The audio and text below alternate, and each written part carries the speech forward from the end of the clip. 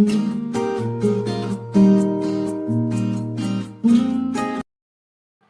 friends, welcome to our channel Thirumathi Dhanakumar.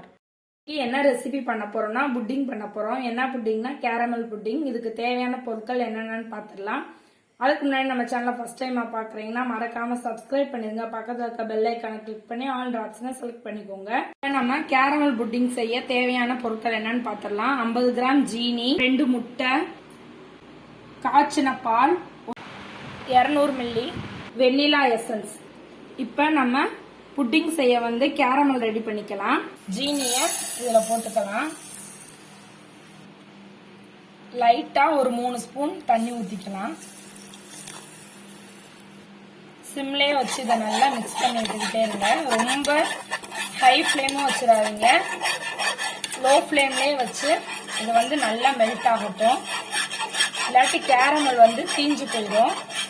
நம்ம caramel நல்லா melt ஆயிடுச்சு, கொஞ்சம் கலர் சேஞ்ச் ஆகணும். அதனால சிம்லயே வச்சு நல்லா மிக்ஸ் பண்ணி விட்டுக்கிட்டே இருங்க. இப்போ பார்த்தீங்கன்னா நம்ம கேரமல் நல்லா ரெடி ஆயிடுச்சு. இதை ஒரு பவுல்ல மாத்திக்கலாம்.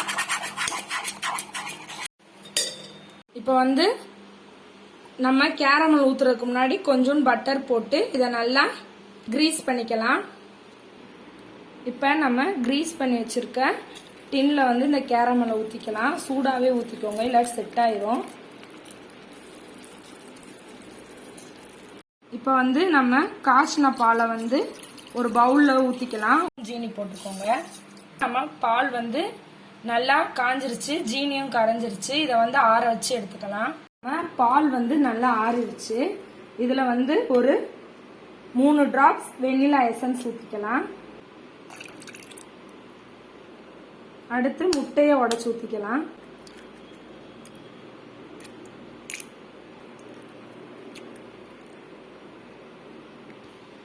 இப்போ இதை விஸ்க வச்சு நல்லா பீட் பண்ணிக்கலாம்.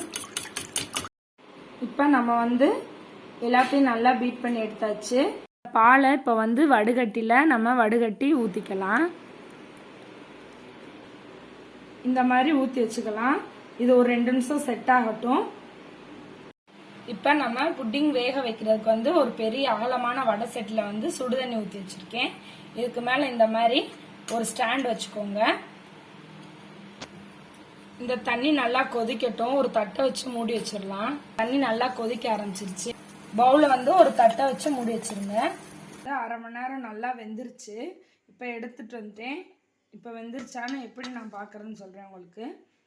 இப்படி குத்தி பார்த்தீங்கன்னா இப்படி ஒட்டாமல் வரணும். இந்த மாதிரி ஒட்டாமல் இருந்தால் நம்ம புட்டிங் ரெடி ஆயிடுச்சுன்னு அர்த்தம். இதை இப்போ 1 மணி நேரம் ஃப்ரீசரில் வச்சிடலாம். இப்போ ஃப்ரீசர்லேருந்து எடுத்துகிட்டு வந்தாச்சு.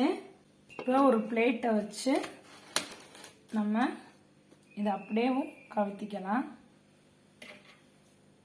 நம்ம கேரமல் புட்டிங் கரெக்டான கன்சிஸ்டன்சியில் வந்திருக்கு. இப்போ நம்ம சுவையான கேரமல் புட்டிங் ரெடி ஆயிடுச்சு. வாங்க சாப்பிடலாம். இந்த வீடியோ பிடிச்சிருந்தா லைக் பண்ணுங்க, ஷேர் பண்ணுங்க, கமெண்ட் பண்ணுங்க. மறக்காம நம்ம சேனலை சப்ஸ்கிரைப் பண்ணிருங்க. பக்கத்தில் இருக்க பெல் ஐக்கானை கிளிக் பண்ணி ஆல் ஆப்ஷனை செலக்ட் பண்ணிக்கோங்க. தேங்க்ஸ் ஃபார் வாட்சிங்.